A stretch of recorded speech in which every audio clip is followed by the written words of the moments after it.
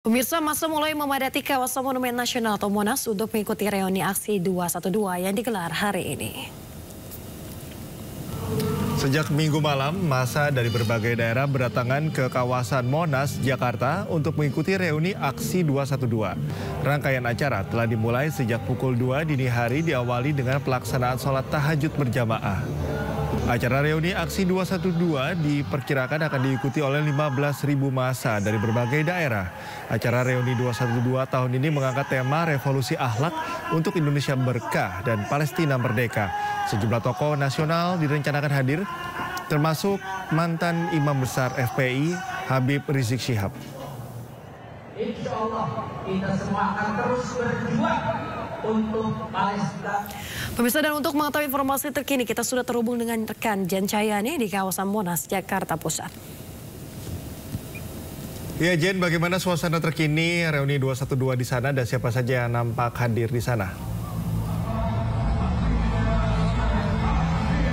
Ya, Cikal, Yasmin, dan juga pemirsa, untuk suasana terkini di kawasan Monas saat ini terlihat massa sudah mulai membubarkan diri untuk kembali ke kediamannya masing-masing karena memang acara ini dijadwalkan mulai dari pukul 2 dini hari hingga pukul 8 pagi.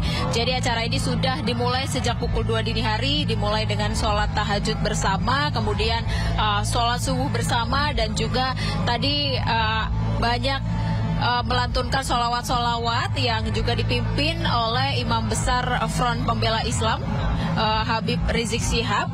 Dan tadi juga sempat, meskipun acara ini bertajuk reuni aksi 212, namun di dalam keberjalanan acaranya di sini juga turut menjalankan aksi damai untuk mendukung kemerdekaan Palestina. Dan tadi juga kami melihat banyak sekali massa yang datang ke sini, sekitar diperkirakan ada 15.000 massa yang datang, namun terlihat tidak ada kericuhan yang terdapat di kawasan Silang Monas ini. Semua berjalan dengan tertib. Tadi massa atau yang mengikuti, masyarakat yang mengikuti reuni aksi 212 ini berjalan dengan tertib, dan mereka di depan panggung mereka duduk, kemudian banyak sekali stand-stand di mana mereka membagikan makanan gratis begitu. Dan juga hari ini acara tadi untuk melantunkan sholawat dan lain sebagainya dipimpin oleh Imam Besar Front Pembela Islam Rizik Syihab, dan sudah berjalan lancar dan saat ini sudah membubarkan diri. Dan sempat di keterangan resmi yang disampaikan oleh panitia untuk acara ini, perizinannya juga sudah mendapatkan dari Pemprov DKI Jakarta, dari kepolisian, dan juga dari Kementerian Agama dan pihak-pihak terkait, sehingga dapat dilaksanakan dengan lancar. Dan seperti yang diketahui, acara ini tentu saja turut mengundang atau menyita perhatian publik ya, karena diadakan atau digelar setiap tahunnya dan juga menarik atau mengundang massa yang banyak sekali yang ini datang dari berbagai daerah ya, dari berbagai ormas dan juga para santri dan santriwati. Demikian Yasmin dan Cikal. Baik, terima kasih Jen Cahyani melaporkan langsung dari kawasan Monas, Jakarta. Selamat bertugas kembali.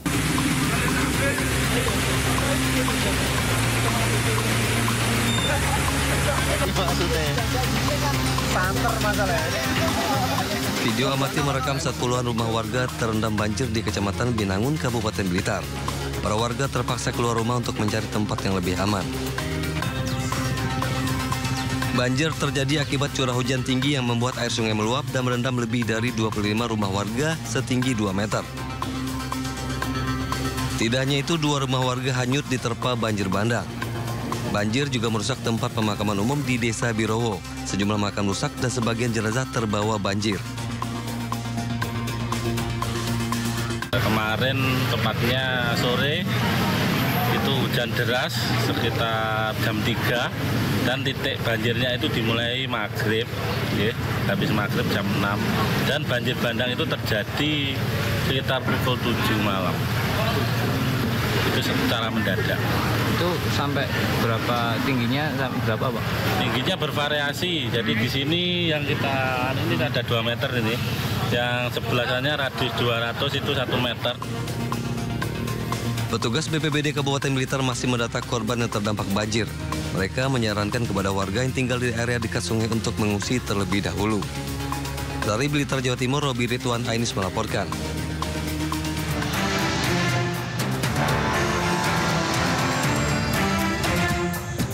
Erupsi terjadi terus-menerus disertai suara gemuruh berkekuatan lemah hingga sedang. Kabut asap kawah dengan tinggi 1.000 hingga 1.500 di atas puncak kawah menyelimuti Gunung Leotobi Laki-Laki. Masyarakat di sekitar Gunung Leotobi Laki-Laki diminta untuk tidak melakukan aktivitas apapun dalam radius 7 km dari pusat erupsi Gunung Leotobi Laki-Laki. Masyarakat juga diminta untuk waspada terhadap potensi banjir lahar hujan pada sungai-sungai yang berhulu di puncak gunung. Jika terjadi hujan dengan intensitas tinggi, terutama di daerah Duli Pali, Padang Pasir, Nobo, Klatanlo, Hokeng Jaya, Boru, dan Nawakote. Hingga saat ini Gunung Leotobi masih terus mengalami erupsi disertai gemuruh dengan status gunung di level 4 atau awas. Dari Flores Timur, Jody Nura, iNews melaporkan.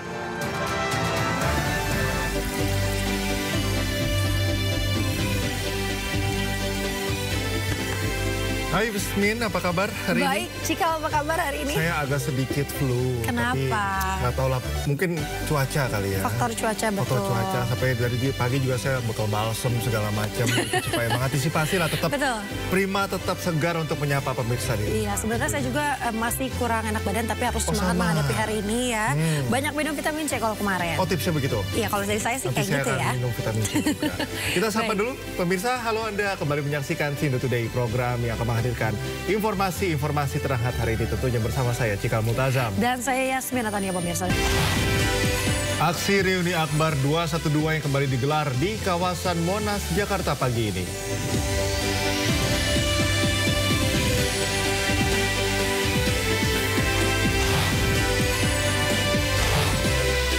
3.000 personil Basarnas disiapsiagakan antisipasi potensi bencana di masa Natal dan Tahun Baru.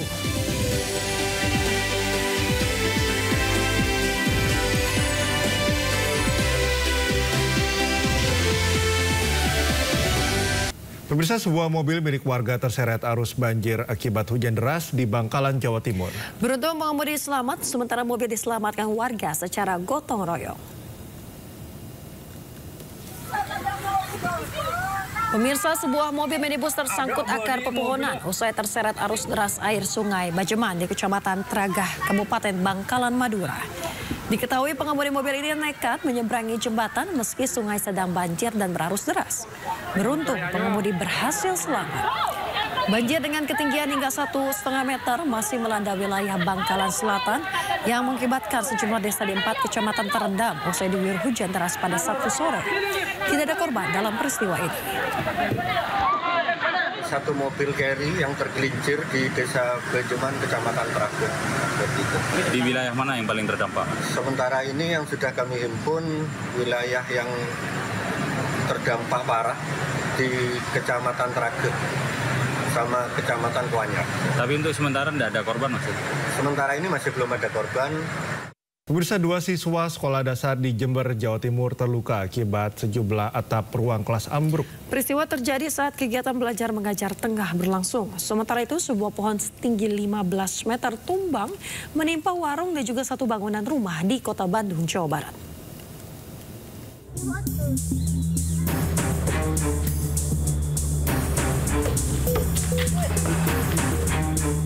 Inilah kondisi ruang kelas 3 dan kelas 4 SDN Palangan 3 Kecamatan Kalisat, Jember. Ruang kelas ambruk akibat diterjang angin kencang. Peristiwa terjadi saat kegiatan belajar mengajar berlangsung. Akibatnya 2 orang siswa terluka. Hingga kini kegiatan belajar mengajar siswa tetap dilaksanakan di tenda sementara yang didirikan BPBD Jember. Itu ada kegiatan belajar mengajar. Setelah latihan pramuka, anak-anak masuk. Pas waktu itu pelajaran matematika. Sebentar hanya masuk sebentar, terus ya itu kejadian tuh Ketika setelah kejadian dilihat kuda-kuda itu sudah patah. Para guru dan murid berharap agar sekolah mereka dapat segera diperbaiki dan kegiatan belajar mengajar dapat berlangsung seperti semula. Dari Jember, Jawa Timur, Bambang Sugiarto, iNews melaporkan.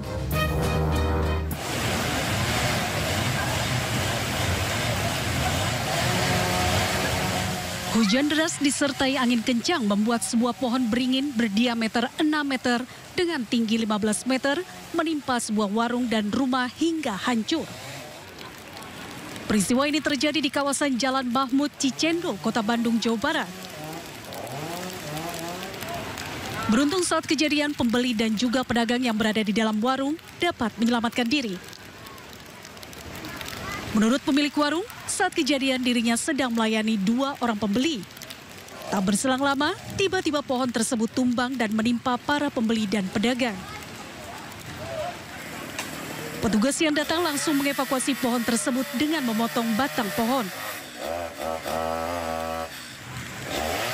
Warga pun diminta waspada dengan potensi pohon tumbang di lokasi lain di Kota Bandung, dikarenakan Kota Bandung saat ini sudah memasuki musim penghujan. Dari Bandung, Jawa Barat, Ervan David, iNews melaporkan. Pemirsa, kasus Iwayan Agus Suwartama, pemuda penyandang disabilitas yang menjadi tersangka pemerkosaan terhadap 2 wanita oleh Polda NTB viral di media sosial. Anggota Komisi 3 DPR RI Ahmad Syahroni berkomentar soal kasus Iwayan Agus. Dalam unggahannya di media sosial, Syahroni mempertanyakan soal penetapan Agus sebagai tersangka pemerkosaan, padahal Agus merupakan penyandang disabilitas. Selain itu, pengacara kondang Hotman Paris Hutapea juga menyaksikan status tersangka Agus. Hotman bahkan menawarkan diri sebagai kuasa hukum Agus.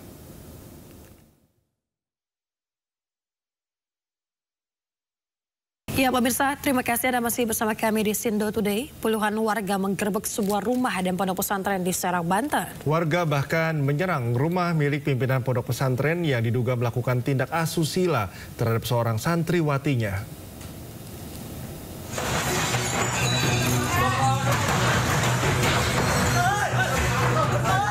Video amatir ini merekam detik-detik puluhan warga menyerang rumah milik oknum pimpinan pondok pesantren di Serang, Banten, Minggu sore. Warga menggerebek dan menghancurkan rumah pimpinan pondok pesantren tersebut karena diduga melakukan tindak pelecehan seksual terhadap mantan santriwatinya. Awalnya kedatangan warga untuk meminta pertanggungjawaban pelaku. Aksi penggerebekan ini juga dipicu lantaran laporan keluarga korban tidak segera ditindaklanjuti. Sementara situasi baru meredam usai polisi tiba ke lokasi. Masih bahwa di dalam pesantren ini telah terjadi tindakan asusila ya yang dilakukan oleh pimpinan pondok pesantren Bani Ma'mun yang atas nama Ustadz Khalid, sehingga masyarakat secara spontanitas mendatangi pesantren untuk meminta pertanggungjawaban.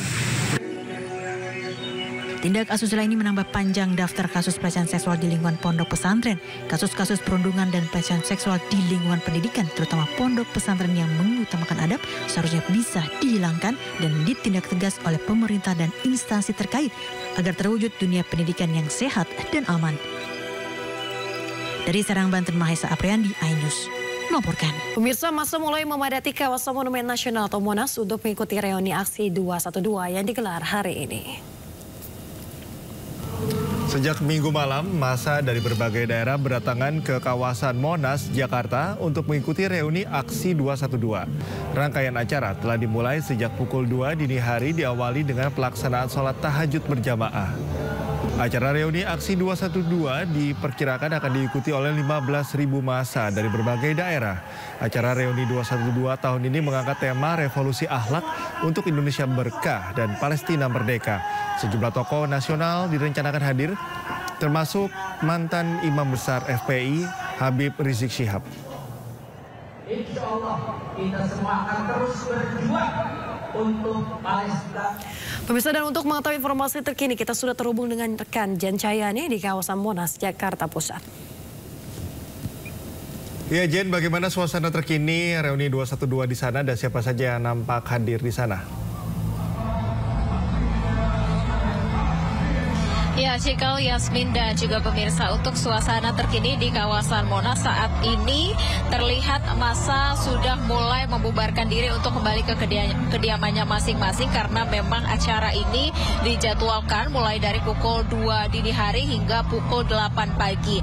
Jadi acara ini sudah dimulai sejak pukul 2 dini hari, dimulai dengan sholat tahajud bersama, kemudian sholat subuh bersama, dan juga tadi banyak melantunkan sholawat-sholawat yang juga dipimpin oleh Imam Besar Front Pembela Islam Habib Rizik Syihab. Dan tadi juga sempat, meskipun acara ini bertajuk reuni aksi 212, namun di dalam keberjalanan acaranya di sini juga turut menjalankan aksi damai untuk mendukung kemerdekaan Palestina. Dan tadi juga kami melihat banyak sekali massa yang datang ke sini, sekitar diperkirakan ada 15.000 massa yang datang, namun terlihat tidak ada kericuhan yang terdapat di kawasan Silang Monas ini. Semua berjalan dengan tertib. Tadi massa atau yang mengikuti, masyarakat yang mengikuti reuni aksi 212 ini berjalan dengan tertib, dan mereka di depan panggung mereka duduk, kemudian banyak sekali stand-stand di mana mereka membagikan makanan gratis begitu. Dan juga hari ini acara tadi untuk melantunkan sholawat dan lain sebagainya dipimpin oleh Imam Besar Front Pembela Islam Rizik Syihab, dan sudah berjalan lancar dan saat ini sudah membubarkan diri. Dan sempat di keterangan resmi yang disampaikan oleh panitia untuk acara ini, perizinannya juga sudah mendapatkan dari Pemprov DKI Jakarta, dari kepolisian, dan juga dari Kementerian Agama dan pihak-pihak terkait, sehingga dapat dilaksanakan dengan lancar. Dan seperti yang diketahui, acara ini tentu saja turut mengundang atau menyita perhatian publik ya, karena diadakan atau digelar setiap tahunnya dan juga menarik atau mengundang massa yang banyak sekali, yang ini datang dari berbagai daerah ya, dari berbagai ormas dan juga para santri dan santriwati. Demikian Yasmin dan Cikal. Baik, terima kasih Jen Cahyani melaporkan langsung dari kawasan Monas, Jakarta. Selamat bertugas kembali. Pemirsa, bus penumpang jurusan Denpasar Malang tergelincir di jalur Pantura Situbondo, Jawa Timur. Bus yang mengalami selip ini menabrak sebuah warung bambu dan nyaris tercebur ke laut. Detik-detik kecelakaan terekam CCTV dari dalam kabin bus dan viral di media sosial.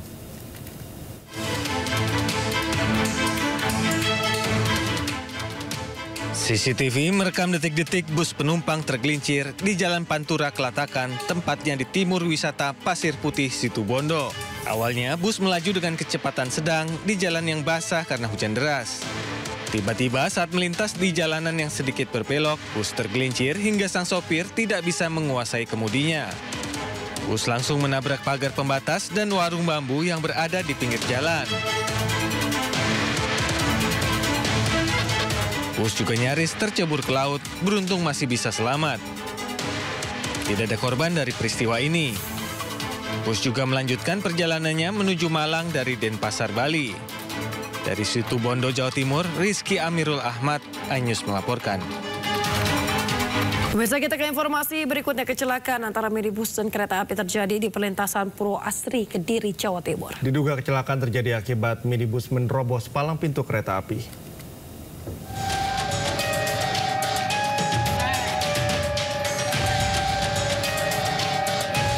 Kecelakaan antara minibus dengan kereta api terjadi di perlintasan kereta api Desa Mekikis, Kecamatan Purwosari, Kabupaten Kediri, Jawa Timur. Nampak dari video amatir, beberapa warga berusaha menolong para penumpang di dalam mobil. Warga juga berusaha mendorong mobil ke pinggir agar tidak mengganggu arus lalu lintas. Salah seorang warga yang berada di lokasi mengatakan kecelakaan berawal saat minibus yang dikemudikan warga Desa Belotan, Kabupaten Magetan, yang membawa penumpang melaju dari arah Kediri menuju Surabaya. Ketika sampai di lokasi terjadi antrean kendaraan saat sirine palang pintu kereta berbunyi. Minibus korban yang berada di paling belakang tak bisa menghindar ketika kereta api datang. Mobil dari arah barat, waktu sirine dari palang kereta udah bunyi tapi mobil itu nerabas ya. Nerabas terus kan banyak antrian kendaraan. Jadi nggak sempet terhindar dan kena belakang, bodi belakang. Tidak ada korban jiwa dalam kecelakaan ini, namun mengakibatkan keterlambatan jadwal kereta api sekitar 20 menit. Saat ini kasus kecelakaan ini dalam penyelidikan Satlantas Polres Kediri. Dari Kabupaten Kediri, Jawa Timur, Afdan Subagio, iNews melaporkan. Ya, pemirsa, selanjutnya kami akan mengajak Anda untuk mengetahui pantauan lalu lintas hari ini di sejumlah wilayah melalui pantauan CCTV Korlantas Polri. Kita akan bergabung dengan Brigadir Treslinda di studio NTMC Polri. Ya, Brigadir Treslinda, bagaimana pantauan arus lalu lintas di sejumlah titik di wilayah Indonesia melalui pantauan CCTV? Ya baik, terima kasih Yasmin dan juga Cikal di studio. Pemirsa, saya akan mengajak Anda untuk melihat kondisi arus lalu lintas terkini di sejumlah wilayah melalui pantauan CCTV Korlantas Polri untuk menemani aktivitas pagi Anda. Langsung aja kita mulai dari kawasan yang pertama, Jembatan Layang Mampang, Jakarta Selatan. Pada umumnya arus lalu lintas di kawasan ini masih dalam keadaan ramai lancar, baik itu di jalur flyover maupun arteri.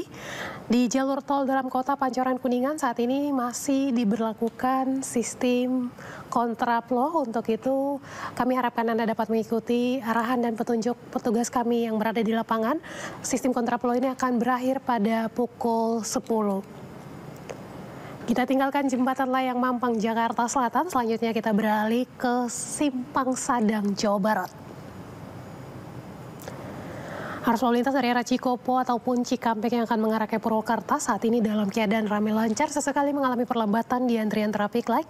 Dan dari arah Cikopo ataupun Cikampek yang akan mengarah ke Subang dalam keadaan ramai cenderung padat di antrian traffic light. Pemirsa, kawasan ini juga didominasi oleh kendaraan angkutan barang, kemudian ada pun bus antar kota. Hal ini perlu diantisipasi bagi para pengguna jalan yang melintas di kawasan ini. Utamakan keselamatan dalam berkendara dengan selalu berhati-hati.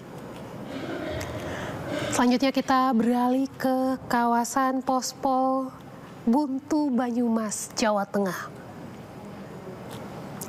Arus lalu lintas dari Jalan Buntut Utara yang akan mengarah ke Jalan Buntu Banyumas saat ini dalam keadaan relatif lancar, dan dari Jalan Buntu Timur yang akan mengarah ke Jalan Raya Sampang Buntu dalam keadaan ramai lancar. Namun dari pantauan CCTV kami, kawasan ini baru saja diguyur hujan, sehingga ini perlu diantisipasi bagi para pengguna jalan. Tentunya Anda selalu berhati-hati jalanan yang licin, kemudian antisipasi juga jarak pandang bagi para pengguna jalan. Untuk itu tetap jaga jarak aman kendaraan Anda. Kita beralih ke CCTV yang terakhir, yaitu Simpang Kentungan Kaliurang, Yogyakarta. Arus lalu lintas dari arah kota Jogja yang akan mengarah ke Kaliurang saat ini dalam keadaan ramai lancar, dan dari Mangguharjo yang akan mengarah ke Jombor dalam keadaan ramai cenderung tersendat di antrian traffic light. Selepas traffic light, kendaraan dapat melaju dengan kecepatan normal. Mengingat kawasan ini juga sedang diguyur hujan beberapa saat lalu, bagi pengendara roda 2 tentunya Anda selalu membawa jas hujan. Kami sarankan untuk tidak menggunakan jas hujan jenis ponco karena hal ini dapat menyebabkan kecelakaan lalu lintas. Cikal dan Yasmin, kami juga menginformasikan data RSMS Korlantas Polri selama kurun waktu 1 kali 24 jam terjadi 190 kasus laka lantas dengan rincian 18 meninggal dunia, 27 orang luka berat dan 215 orang luka ringan. Dari 190 kasus laka lantas tersebut, 36,5% terjadi karena kecerobohan pengemudi. Untuk itu pemirsa di rumah, bagi Anda yang akan beraktivitas, tentunya untuk selalu mematuhi rambu lalu lintas serta marka jalan yang ada, dan tidak lupa juga memastikan kendaraan Anda dalam keadaan layak jalan, Anda sendiri dalam keadaan sehat. Untuk mengupdate informasi-informasi seputar arus lalu lintas terkini, kami siap melayani Anda di 1500669 ataupun melalui SMS center kami di 9119. Cikal dan juga Yasmin, kembali ke Anda di studio, silakan. Baik, terima kasih Brigadir Treslinda atas laporan pantauan CCTV dari sejumlah wilayah. Selamat bertugas kembali dan salam presisi.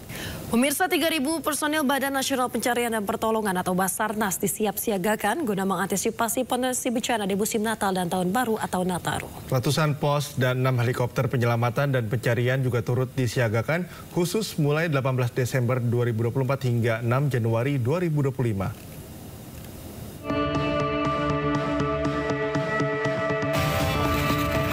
Kesiapan dan kesiapan dari Badan Nasional Pencarian dan Pertolongan atau Basarnas diungkap oleh Kepala Basarnas, Marsikal Madya TNI Kusworo kemarin.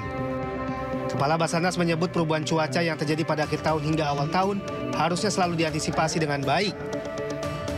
Hal ini karena dapat menimbulkan bencana hidrometeorologi seperti banjir, longsor, angin puting beliung, ataupun banjir bandang. Untuk mengantisipasi bencana itu, Basarnas telah menyiapkan personilnya di 43 titik. Pada 18 Desember 2024 hingga 6 Januari 2025, Basarnas juga akan menyiagakan secara khusus personilnya sebanyak 3.000 personil. Para anggota Basarnas itu akan bergabung dengan personil SAR dari instansi lainnya. Dengan demikian, ada 21.000 orang yang akan bersiaga di 203 titik di seluruh Indonesia. Untuk Nataru ini, nanti standby khusus yang kita declare itu mulai tanggal 18 Desember ini sampai dengan tanggal 6 Januari. Tetapi di luar itu pun kita saat ini sudah standby sebetulnya, Mbak. Ada di 43 titik di kantor SAR, dan nanti pada saatnya Nataru kita akan tambahkan memfungsikan di tempat pos dan unit. Ada total sekitar 203 titik yang tempat di luar daripada konsentrasi yang tentunya ada di Jawa ini. Selain 6 helikopter yang disiapkan untuk mobilitas, kendaraan darat maupun kapal laut juga turut disiagakan untuk membantu mobilitas Basarnas untuk melakukan pencarian dan pertolongan. Dari Jakarta, Stephen Patinama dan Yudi Richard melaporkan. Pemirsa, 2 tersangka baru kasus judi online di Kementerian Komunikasi dan Digital dibekuk Polda Metro Jaya. Tersangka baru berinisial AA dan F berperan sebagai pemilik situs judi online dan melakukan pencucian uang dalam kasus ini. Udah tahu ya. Inilah dokumentasi detik-detik tim Opsnal Subdit Jatanras di Reskrim Polda Metro Jaya menangkap buronan kasus judi online Komdigi. Tersangka F diringkus di sebuah hotel dengan barang bukti uang tunai ratusan juta rupiah. Bersama tersangka F, polisi juga menetapkan tersangka baru berinisial AA. AA berperan melakukan pencucian uang, sedangkan F adalah pemilik 40 situs judi online. Barang bukti yang diamankan, uang tunai dari berbagai mata uang senilai 1,4 miliar rupiah, 2 telepon genggam, dan 9 buku tabungan. Kemudian yang kedua adalah tersangka F alias W alias A. Perannya adalah sebagai agen 40 website judi online. Kemudian tersangka F ini ditangkap tanggal 28 November 2024. Dengan demikian, rekan-rekan, sampai dengan saat ini ada 26 tersangka yang telah ditangkap oleh Ditreskrim Polda Metro Jaya. Kasus judi online di Kementerian Komdigi menyita perhatian publik. 10 pegawai Komdigi telah diamankan, diantaranya berperan menutupi keberadaan situs-situs judi online. Keseluruhan dalam kasus ini, kepolisian menetapkan 26 orang tersangka dan masih memburu 4 orang lainnya. Sejumlah barang bukti diamankan, diantaranya uang tunai dan sejumlah mobil mewah. Kepolisian terus bekerja sama dengan PPATK untuk mengungkap aliran dana dalam kasus ini. Dari Jakarta, Helmi Sajangbati melaporkan. Pemirsa, tim Fleet One Quick Response Lanal Dumai bersama Satgas Intel Marco Armada 1 berhasil menggagalkan upaya penyeludupan 41 orang pekerja migran ke Malaysia di kota Dumai, Riau. Para pekerja imigran ini akan diselundupkan menggunakan jalur laut di sekitar pesisir pantai Dumai secara ilegal.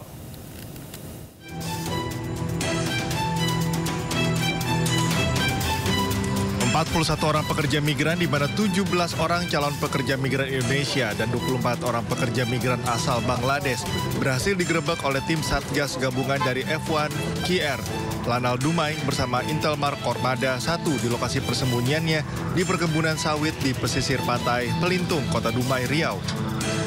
Petugas juga berhasil menangkap 2 orang pelaku bertugas sebagai penjaga pantai atau guide, yakni YN 43 tahun, warga Bangkinang, Kampar, dan BH 39 tahun yang merupakan warga Dumai yang sedang berada di pinggir pantai bersama sebuah kapal cepat yang digunakan untuk transportasi memberangkatkan pekerja migran. Tim Satgas Gabungan Lanal Dumai ini melakukan penyisiran ke dalam perkebunan sawit di sekitar pesisir pantai Pelintung untuk mencari para PMI dan WNA yang bersembunyi. Para PMI dan WNA ini tak bisa berbuat apa-apa karena lokasi perkebunan sudah dikepung termasuk jalur pantai yang sudah disekat petugas agar tak ada satupun dari mereka yang dapat melarikan diri. Para pekerja migran ini rencananya akan diselundupkan ke negara Malaysia menggunakan jalur laut di sekitar pesisir Pantai Dumai secara ilegal. Dari pengakuan pekerja migran, setiap satu orang harus membayar uang kepada pelaku berkisar mulai dari 10 hingga 15 juta rupiah dengan tujuan akhir Malaysia. Pada satu, berhasil menggagalkan pemberangkatan 17 orang calon pekerja migran Indonesia PMI dan 24 orang WNA asal Bangladesh dengan menggunakan sarana laut menuju ke Malaysia, serta menangkap 2 orang yang diduga pelaku tindak pidana penyelundupan. Inisialnya IN 43 tahun dan BH 39 tahun. Selanjutnya, para PMI dan WNA ini diamankan ke Mako Lanal Dumai untuk dilakukan pengecekan kesehatan, sedangkan 2 pelaku TPPO diserahkan ke Polres Dumai untuk diproses hukum lebih lanjut. Dari Dumai, Riau, Didi Iswandi, iNews melaporkan. Pemirsa, akibat 4 orang salah melakukan pencoblosan pada tempat pemungutan suara, KPU Kota Tangerang Selatan melakukan pemungutan suara ulang di Pamulang, Tangerang Selatan, Banten. Ya, pemungutan suara ulang ini mendapat pengawalan serta penjagaan ketat dari Badan Pengawas Pemilu.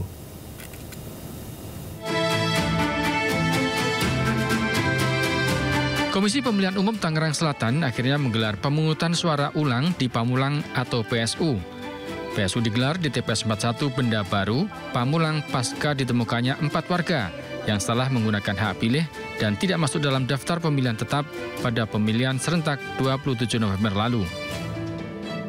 Di TPS 41 sendiri terdapat 597 daftar pemilih tetap yang bisa menggunakan hak pilihnya dalam pemungutan suara ulang kali ini. Pelaksanaan pemungutan suara ulang ini karena ada lebih dari 1 pemilih yang tidak terdaftar di TPS 41 mencoblos. Karena ketentuan itu, maka berdasarkan PKPU 17 tahun 2024, pasal 50 huruf E, maka dilaksanakan pemungutan suara ulang. Pemungutan suara ulang ini mendapat penjagaan dan pengawalan ketat dari Badan Pengawas Pemilu.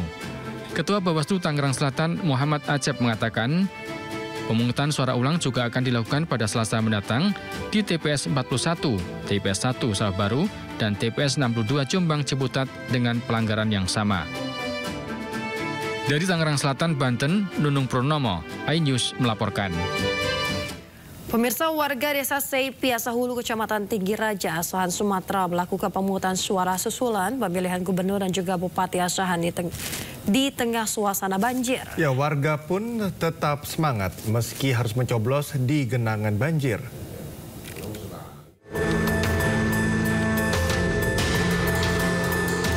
Beginilah upaya tim gabungan KPU Asahan, Bawaslu Asahan, TNI Polri, serta BPBD Asahan dalam menyalurkan logistik pemilihan kepala daerah tahun 2024 yang didistribusikan ke desa Sei Piasa Hulu, Kecamatan Tinggi Raja, Asahan, Sumatera Utara. Logistik terpaksa dibawa dengan perahu untuk melintasi banjir yang kembali menggenangi kawasan ini setelah banjir pada 27 November lalu membuat pencoblosan gagal dilakukan. Meski demikian, warga tetap antusias menembus banjir untuk datang ke TPS agar dapat menyalurkan hak pilihnya. Karena kondisi tengah banjir, pemungutan suara susulan baru dilaksanakan pada pukul 10 hingga 6 jam berikutnya. Yang kemarin sempat tertunda di tanggal 27 November 2024. Sekarang kita berada di TPS 002, Desa Pesolu. Dikarenakan kondisi air juga tinggi, sampai dengan dari tadi pagi sampai dengan hari ini, maka TPS yang seharusnya berada di sebelah kanan kita itu bergeser ke depan masjid. 2 TPS yang dilakukan pemungutan susulan ini, yakni TPS 02 dan 06 dengan jumlah pemilih 507 pemilih. Pemungutan suara susulan ini tidak mengganggu proses penghitungan suara sampai tingkat kecamatan. Dari Asahan, Sumatera Utara, Ulil Amri, iNews melaporkan. Pemirsa, tim advokasi calon gubernur dan wakil gubernur Ridwan Kamil Suswono meminta Bawaslu untuk melakukan pemungutan suara ulang di TPS 28 Pinang Ranti, Makassar, Jakarta Timur. Ya, hal ini berdasarkan dengan adanya temuan kecurangan yang diduga dilakukan oleh oknum KPPS di TPS tersebut.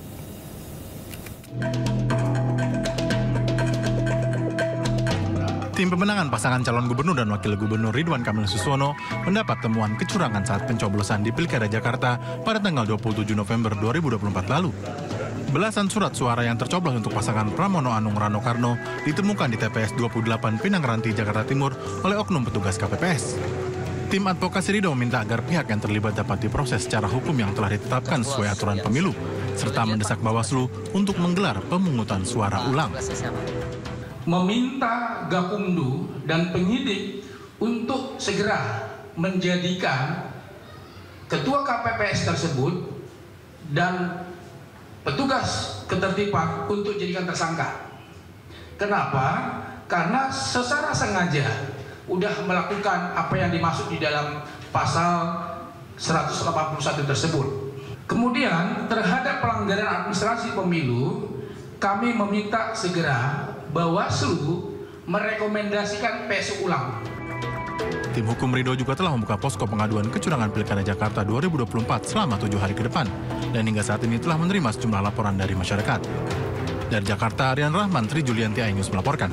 Pemirsa, tim pemenangan Pramono Rano memantau rekapitulasi suara pemilihan Gubernur Jakarta di Kecamatan Tabansari, Jakarta Barat. Pihaknya memastikan Pramono Anung Rano Karno menang satu putaran dalam Pilkada Jakarta 2024.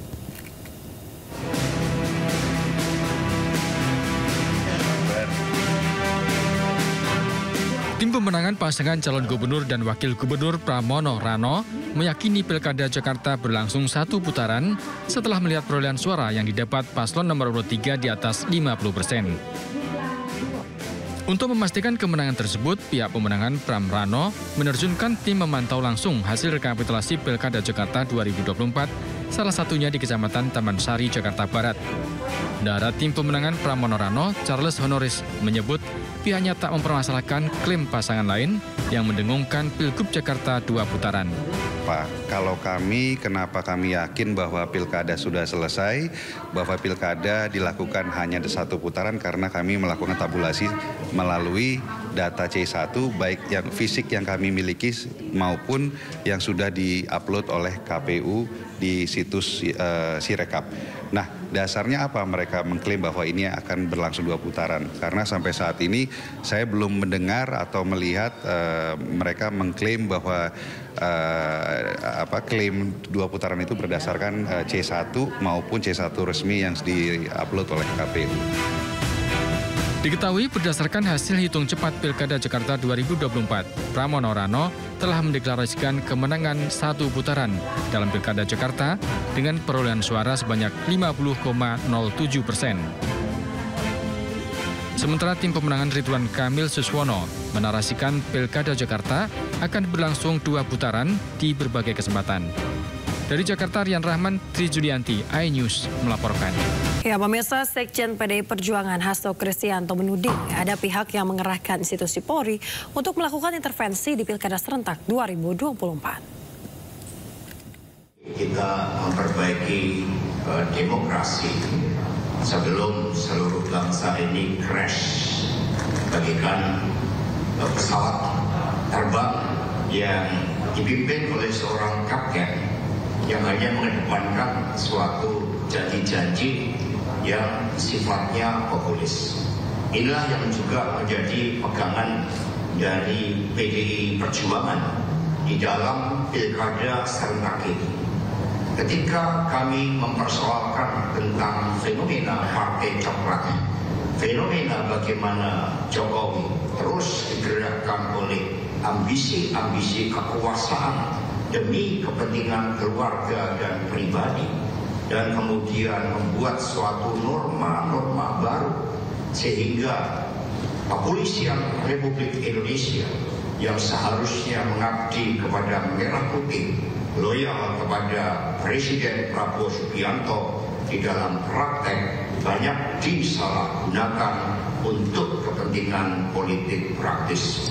Karena itulah kami mengajak seluruh aparatur kepolisian Republik Indonesia, mari kita jaga spirit Polri merah putih. Kita jaga seluruh keteladanan yang diberikan, seluruh kepercayaan rakyat, mandat rakyat di dalam menegakkan keadilan dan ketertiban hukum. Ini ada tampilan bagaimana Jenderal Hukum yang menjadi panutan. Beliau bukan politisi, beliau polisi merah putih, bukan parcok. Sementara itu pemirsa, menurut Komisi 3 DPR, tudingan Partai Coklat atau Parcok adalah hoax. Ya, Ketua Komisi 3 Habibur Rahman menyebut tidak logis jika Kapolri gunakan institusinya untuk kepentingan kubu tertentu di pilkada. Apa yang disampaikan oleh segelintir orang terkait Parcok dan lain sebagainya itu kami kategorikan sebagai hoax, ya. Dan ada juga anggota DPR yang menyampaikan hal tersebut. Orang tersebut bahkan sudah dilaporkan ke MKD, ya. Karena kami juga anggota MKD, ya. Orang tersebut sudah dilaporkan ke MKD. Kami ingin meminta keterangan beliau apa yang menjadi bukti, ya, apa yang menjadi dasar juga disampaikannya tuduhan tersebut. Namanya pilkada ini tidak hanya antara dua kubu, ya. Karena jadi hampir nggak mungkin Kapolri ya menggunakan institusinya untuk kepentingan kubu tertentu. Karena di setiap pilkada itu bisa terjadi mix, ya, antar kubu partai-partai politik, gitu kan. Di provinsi A misalnya partai A berkoalisi dengan partai B, di provinsi lainnya berseberangan, ya. Jadi secara logika nggak logis, ya. Dan kami minta sesama teman-teman anggota DPR, walaupun kita bebas berpendapat, tapi harus didasarkan pada bukti-bukti yang kuat. Jangan hanya narasi-narasi, karena ini justrulah yang akan bisa menjadi situasi tidak kondusif. Pemirsa, Presiden ke-7 RI Joko Widodo buka suara terkait tudingan intervensi pilkada melalui pengarahan institusi Polri. Ya, Jokowi menantang agar tudingan tersebut dibuktikan. Pilgub Jawa Tengah ini, Pak, ada pengarahan dari kepolisian aparat gitu. Ini bagaimana tanggapan Bapak? Ya, disebut Bapak yang membelakangi, Pak. Dibuktikan saja, jangan hanya tuduhan-tuduhan, karena kan ada dilaporkan saja ke Bawaslu, kan ada mekanismenya, atau dibawa ke MK, kan ada mekanismenya. Games Plus Arcade tersedia hanya di RCTI Plus Super App. Mainkan sekarang. Anda kembali di Sindo Today, pemirsa, kita ke informasi olahraga. Timnas Indonesia melakoni pemusatan latihan sejak Kamis lalu menjelang Asian Cup 2024 atau yang sebelumnya dikenal dengan Piala AFF di Gianyar, Bali. Sempat dipanggil, skuad Garuda kemungkinan besar tidak akan membawa Justin Hubner dan Ivar Jenner.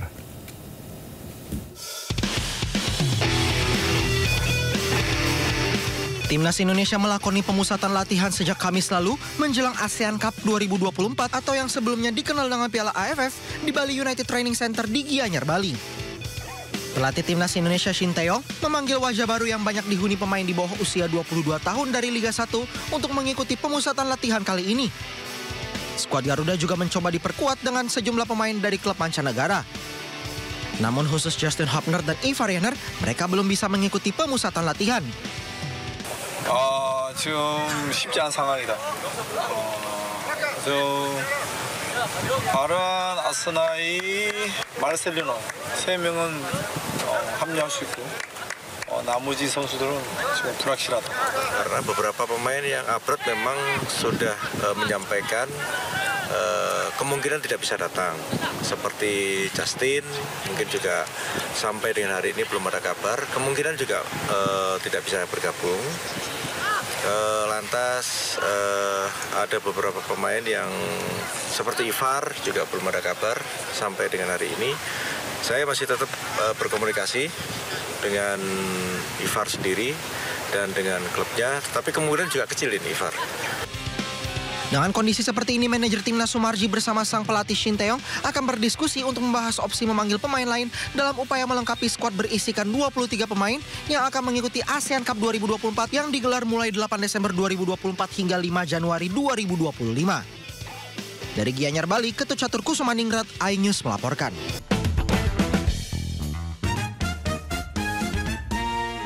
Kembali ke tanah air, pemirsa. Bagi Anda yang suka berpetualang menyusuri hutan di lereng Gunung Semeru di Lumajang, Jawa Timur menggunakan kendaraan off-road, ini memberikan sensasi tersendiri. Ya, di sana Anda bisa melintasi jalan terjal di tengah hutan dan membelah sungai.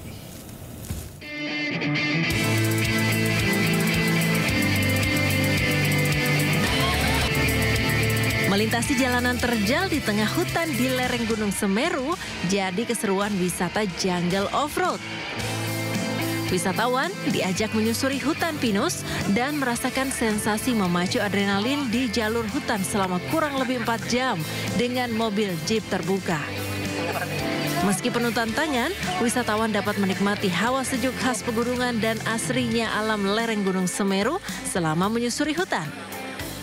Tidak hanya itu, wisatawan juga akan merasakan serunya melintasi sungai jalur aliran lahar Gunung Semeru yang tentu akan mengukir pengalaman tidak terlupakan.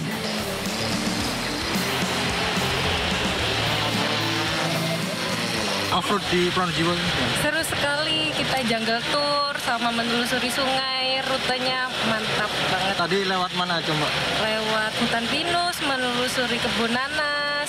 Yang terseru ini melewati rute sungai-sungai. Untuk merasakan sensasi bertualang menyusuri hutan di lereng Gunung Semeru, wisatawan cukup membayar Rp600.000 untuk satu mobil jeep yang bisa diisi oleh 4 orang. Dari Lumajang, Jawa Timur, Yayan Nugroho, iNews melaporkan.